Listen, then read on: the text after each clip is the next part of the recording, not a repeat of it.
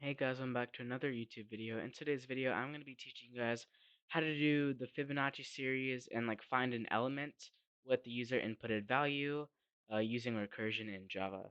So in order to start, I've already made my class file and named it fib.java. You can name it whatever you want. I don't really care. So let me just start off by making the main method all over again, like we did in the previous video. This is how you do it every single time. And there you go. All right, no return statement. All right, so the first thing we're gonna need is we're gonna need to well, put our name, I guess, and then we're also gonna need to do our import statement because we will need user input, so we will need a scanner, and so we import java.util.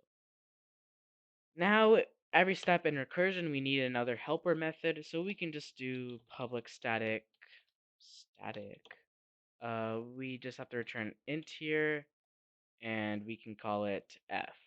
You can name it whatever you want. Just make sure you replace f where I do with the name of your method. And right here, and it still has a problem because we're not returning an integer, so I'll just return -1 to make it happy for now. We'll change it then later. First thing we want to do here is we want to quickly ask the user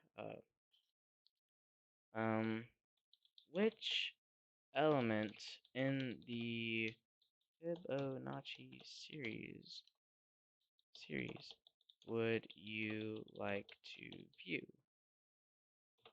And we take in their input and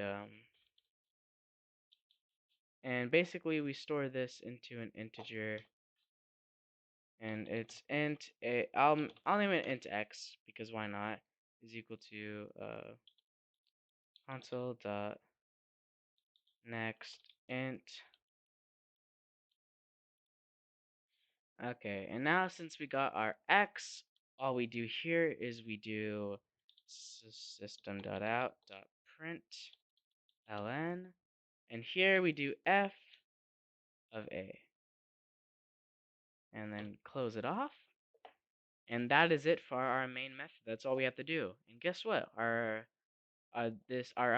helper method is not that hard as well. And we'll replace this return, and we'll quickly think about this.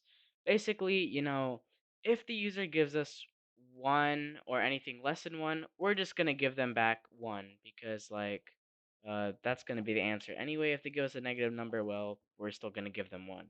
So in order to do that, we have to create an if statement. If uh, n is less than or equal to 1, return 1. In any other scenario, we would return. Now remember, the Fibonacci series rule is that it is the last two numbers in the series added together to get the third number.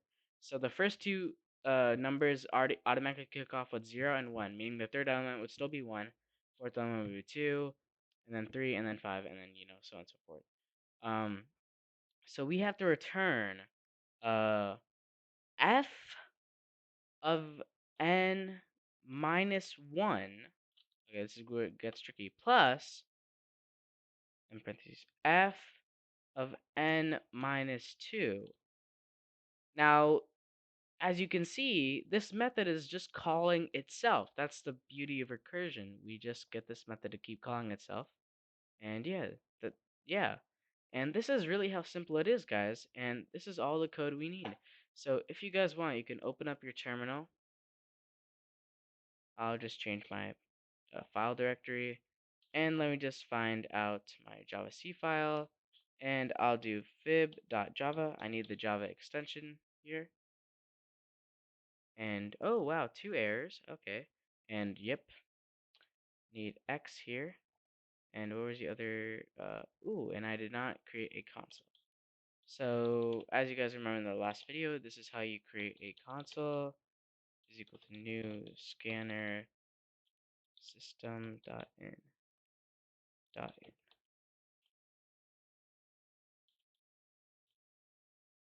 And yep, and now we should be good to go. And if we redo that, we will have no errors. And then if you guys want, you can now run it, and you just have the no file extension, just the name of the class, and which element in the Fibonacci series would you like to view. So just to test out, I'll do 5, and it gives me back 8. Now let's see if that's correct.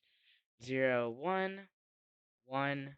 Oh, wait, hold up. I guess it starts at 1 then, right? So then the first two elements would be 1, 1, then 2, and then 3, and then 5, and then 8. So I guess it starts with 1 and 2, and then it becomes 3, and then it becomes 5, and then it becomes 8. Okay, so in this sense of code, we do start with 1 and 2. I guess we sort of ignore the 0.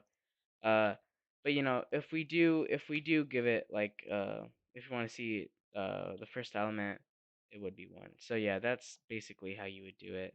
If you guys want, we can test it with a negative number. It would just give us 1 again. We can test it with a very large number, and as you guys can see, it does take time for the system to compute that. We made our thing very short, and the main problem is with the Fibonacci series, it has to run through this method 200 times to get the correct answer. And so, we have to call out of it because it's just too big of a function. If we do 10, it should be quicker. Yep, 89. And yeah, guys, that's basically how you do the Fibonacci series in Java using recursion. Link to this will be on my GitHub. Link will be to this specific file will be in the description down below. And yeah, guys, I'll see you guys in the next video.